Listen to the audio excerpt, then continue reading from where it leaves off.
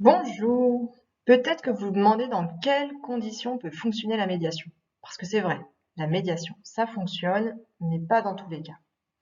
J'ai envisagé 4 types de conditions qui doivent être réunies pour qu'une médiation fonctionne. Alors peut-être pour ceux qui ne me connaissent pas, je suis Alice Canet, avocate et médiateur à Strasbourg, en particulier pour la matière familiale internationale. Donc, première de ces 4 vidéos, qui va être sur les conditions tenantes au médié. Sachant qu'il y aura d'autres vidéos pour présenter les conditions tenantes au médiateur, au processus de médiation et enfin au cadre concret de la médiation. Alors, qu'est-ce qu'est un bon médié? Dans quel cas est-ce que vous, peut-être, vous pouvez faire une médiation avec l'autre partie? Alors au début, généralement, on n'est pas content quand on vient en médiation. C'est OK, aucun problème. Si vous êtes libre de venir en médiation et que vous avez la volonté, ça va avec, de venir en médiation. Vous êtes libre dans tous les cas, c'est-à-dire que vous pouvez mettre un terme à tout moment à la médiation et vous le faites parce que vous êtes convaincu que c'est un intérêt. Là, moi j'aime bien comparer la médiation avec le dentiste. On n'y va pas forcément par plaisir. Ok, on le sait bien, on y va parce qu'on a une situation qui est désagréable et qu'on a un espoir que ça aille mieux après y être allé. C'est ça qu'il faut. C'est de vous dire, je suis libre d'y aller et je suis libre d'y mettre un terme. Néanmoins, j'y vais quand même. Parce que je pense que c'est une bonne idée. Alors ça, c'est être capable de décider. Il faut que vous puissiez prendre une décision. C'est-à-dire être capable d'envisager le plus et le moins, le pour et le contre, les avantages et les inconvénients. Ça va avec un autre point qui suit. Et que vous ayez la capacité aussi au niveau émotionnel et au niveau psychique. Alors psychique, c'est-à-dire que vous n'êtes pas sous tutelle ou sous curatelle, ou alors peut-être que votre tuteur ou curateur est présent. C'est possible d'avoir une maladie psychiatrique. Ça, je le dis, on me pose la question parfois. Oui, une médiation est possible avec des personnes ayant une maladie psychiatrique, si tant est que cette maladie ne vous empêche pas de percevoir le reste et d'avoir une volonté de trouver une solution qui soit positive pour le personne. C'est encore un autre point. Mais en gros, si vous n'êtes intéressé que à vous et que vous ne pouvez pas du tout percevoir ce que ressent l'autre, ça va pas fonctionner. Mais bon, c'est le cas du fameux pervers narcissique, pour dire les choses. J'en ai beaucoup entendu parler. Personnellement, je suis pas sûre que la plupart des gens auxquels on donne ces étiquettes soient réellement des pervers narcissiques. Bon, en tout cas, si vous êtes par exemple schizophrène, dépressif, bipolaire ou autre, vous pouvez aller en médiation. Assurez-vous de prendre vos médicaments selon ce que vous conseille votre médecin. Pareil, si c'est l'autre partie qui souffre de ces troubles-là, une médiation est possible. Et ça peut même être très aidant parce que ça peut permettre de reprendre le pouvoir sur la situation et ça peut permettre de soulager vraiment tout le climat qui peut contribuer à la maladie. Je vous dis pas que ça va vous soigner, hein, vraiment pas. Mais une médiation peut être possible. Un autre point, c'est la question des violences. Est-ce qu'une médiation est possible parce qu'il y a des violences, que ce soit violences physiques, émotionnelles, économiques? Le juge ne peut pas ordonner une médiation familiale entre deux parents s'il y a des violences dans le couple. Il n'a pas le droit. En revanche, au niveau conventionnel, ça peut être envisageable si les violences n'empêchent pas la possibilité de prendre soi-même une décision. Très concrètement, il faut que la sécurité soit garantie, donc qu'il n'y ait plus de possibilité de faire continuer les violences. Mais si, par exemple, les parties vivent séparément, il n'y aura pas de problème. Aussi au médiateur de vérifier que la médiation n'est pas un cadre qui permettra de faire subsister un enjeu de pouvoir et de domination. Normalement, c'est vraiment l'objectif aussi de la médiation, c'est de permettre à chaque partie de s'affirmer, de décider, de reprendre son propre pouvoir. C'est vraiment pour moi un cadre d'empouvoirment, pour reprendre un terme un peu francisé, empowerment.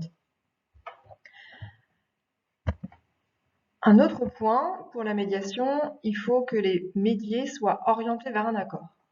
Alors ça, c'est vraiment un point important, c'est de se dire je veux un accord et orienté vers l'avenir du coup. C'est-à-dire que mon objectif n'est pas de ressasser les erreurs du passé, n'est pas de souligner à quel point l'autre a pu être responsable de mon malheur, mais c'est vraiment de dire je veux un accord pour l'avenir et un accord, c'est-à-dire que la solution devra me convenir à moi, mais que ce soit dès le début aussi acceptable pour moi de chercher une solution convenable pour l'autre.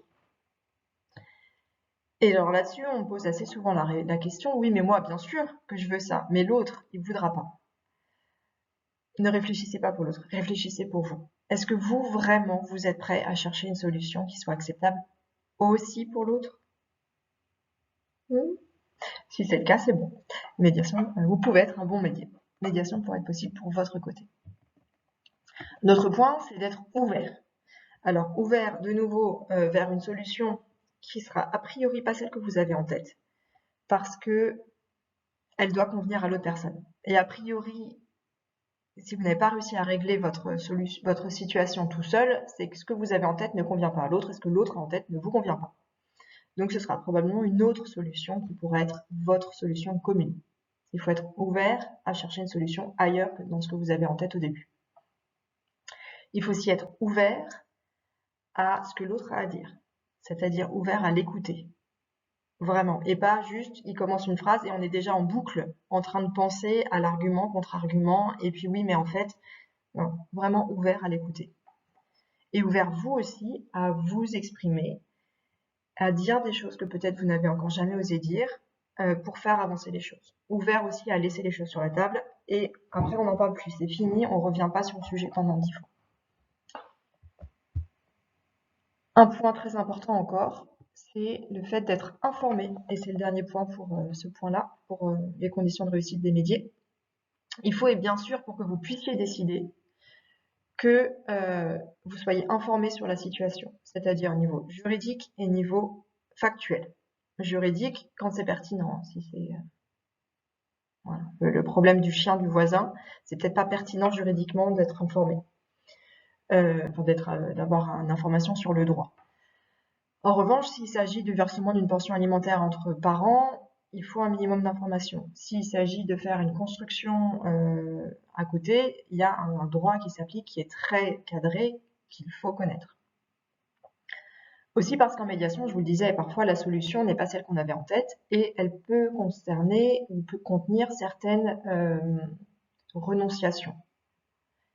Elles ne sont possibles que si vous savez que vous pouvez renoncer. Si vous ne savez pas, l'accord ne sera de toute manière pas valable parce que par la suite vous direz ah mais non mais ça je ne savais pas, mais si j'avais su je n'aurais pas été d'accord. C'est vraiment un point important, il ne faut pas en avoir peur. Les parties en médiation doivent se faire renseigner par un avocat sur le droit applicable à leur situation. Et puis informer aussi dans les faits, puisque effectivement si on parle de pension alimentaire, je ne sais pas combien gagne le papa, c'est difficile de trouver une solution qui m'apporte moi un sentiment de justice. Je sais combien je gagne, combien j'ai de dépenses, et encore peut-être pas, parce que peut-être que je fais pas trop mon budget, c'est compliqué. Donc on s'informe, c'est-à-dire que les parties se transmettent les informations utiles pour décider. Voilà, toutes les conditions à réunir pour les métiers, pour que la médiation fonctionne, qu'elle soit libre, bien sûr, garantie, évidente, capable de décider, avec cette information qui va ensemble, et surtout, peut-être, qu'elle soit ouverte et orientée vers un accord pour l'avenir, un accord acceptable pour tout le monde. Encore une fois, la question qui se pose, c'est est-ce que vous-même, vous sentez réunir ces conditions-là? Sans vous dire oui, mais l'autre ne pourra pas, donc la médiation n'est pas possible. Le médiateur va apprécier ces conditions-là avec chacun de vous, avec chacune des parties, et c'est lui qui va dire s'il a l'impression que les conditions sont réunies.